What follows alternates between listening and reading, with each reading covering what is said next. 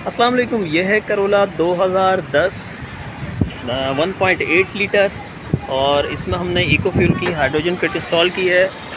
Installation complete कर चुके हैं हम। ओके जी, इंस्टॉलेशन कंप्लीट हो गई हमारी। और क्या कुछ हमने इसमें किया है और इसमें HHO के क्या फ़ायदे होते हैं वो आपके साथ शेयर करते चलते हैं जी। HHO लगाने से सबसे बड़ा फ़ायदा 3 से 5 किलोमीटर तक का एवरेज बढ़ जाता है। एक दूसरा, पेट्रोल मुकम्मल बर्न होता है जिससे कार्बन डिपॉजिट होना ख़त्म हो जाता है, दूसरा फ़ायदा। तीसरा, उससे इंजन का ऑयल जो है वो 2 गुना से ज़्यादा चला सकते हैं बड़े आराम से कुछ अरसे के बाद। और तीसरा, इंजन का जो कार्बन है वो सारा का सारा साफ़ हो जाएगा, कैटालिटिक कन्वर्टर साफ़ हो जाएगा, वाल्व वगैरह सारे कार्बन फ्री रहते हैं। तो ये इसके बेनिफिट हैं। ठीक है जी। अब हमने HHO कहाँ से जो है वो इसके अंदर ऐड की है, तो भाई उसके लिए यहाँ से भी होल किया जा सकता है, फ़िल्टर के इस बॉक्स में भी होल किया जा सकता है, लेकिन हम आमतौर पे फ़िल्टर से पहले लगाते हैं। तो ये हमारा COT जो है वो ये रहा ये पाइप फ्लेक्सिबल पाइप है। इसके अंदर एक पाइप और है, प्रेशर पाइप होता है वैसे तो, और हमारे यहाँ किसी किस्म का कोई प्रेशर नहीं होता। बहरहाल तो वो हमने पाइप एयर फिल्टर से पहले डाल दिया है। HHO गैस हवा के अंदर शामिल होकर इंजन में जाएगी और अपना फंक्शन करेगी कंप्लीट। ठीक है जी। इसके साथ ही हमने इनहांसर लगा दिया है। उसकी सेटिंग चलते हुए हमने आपको बतानी है किस तरह से इसको करते हैं। ये उसकी वायरिंग जा रही है, मैप सेंसर में लगता है, वो हमने लगा दिया। अंदर यहाँ रखा हुआ है और यहाँ रख दिया। बार बार चूँकि सेट करने की ज़रूरत होती नहीं है तो ये यहाँ रख दिया, एक मरतबा सेट कर लिया। अभी मैं टेस्ट ड्राइव के लिए जो है जाऊँगा और इसको सेट कर लूँगा। ये अभी मैंने 6 पे इसको रोक दिया है। अच्छा जी,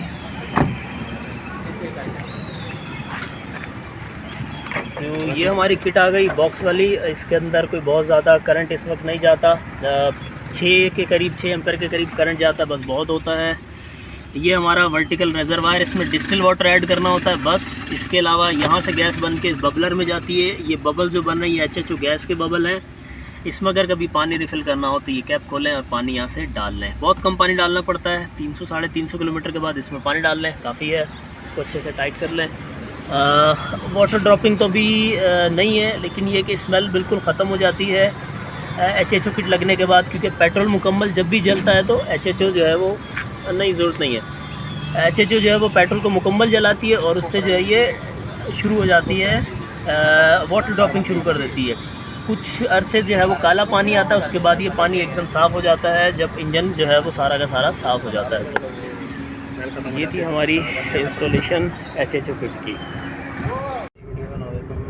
अच्छा जी, ये हम निकले टेस्ट ड्राइव पे करोला की, और इसके अंदर हम इनहांसर को सेट करेंगे, इसकी वैल्यू को कि कहाँ हमें गाड़ी नॉर्मल लग रही है। और ठीक है, जितनी हमने HHO गैस दी है हम यहाँ से उतना ही फ्यूल करेंगे। इस वॉल्यूम को ऊपर नंबर की तरफ बढ़ाते हुए बड़े नंबर की तरफ ले जाते रहेंगे। ठीक है जी। कहाँ अंडर पावर लगेगी तो उस समय एक नंबर पीछे ला के इसको छोड़ देंगे। और ये इसकी सेटिंग हो गई। बार बार इसे सेट करने की ज़रूरत नहीं है, चलते हुए ज़्यादा अच्छा सेट हो जाता है। ठीक है जी। तो बस हम इसकी यही सेटिंग करेंगे और जहाँ ये सेट होगी फिर दिखा देंगे आपको। ठीक है। अच्छा जी, इनहांसर को हमने सेट किया 6 पे सही है। RPM बिल्कुल ठीक है, उठ रही है बिल्कुल ठीक है। ज़्यादा रेस नहीं ले रही, ज़्यादा पेडल भारी फील नहीं हो रहा, गाड़ी भारी फील नहीं हो रही। तो यहाँ हमने इसको सेट करके छोड़ दिया। और ये हमने कोई अभी चलाई होगी 3-4 किलोमीटर चलाई है, उसके अंदर ये हो गया सेट।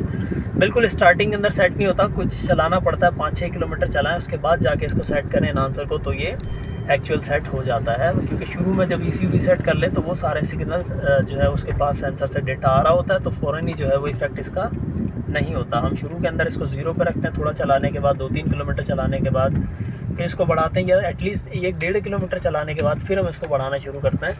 और 2-1 किलोमीटर का राउंड लेके तो उसमें हमें अंदाज़ा हो जाता है कि इसको कहाँ पे सेट करना है। तो ये हो गया हमारा इनहांसर सेट।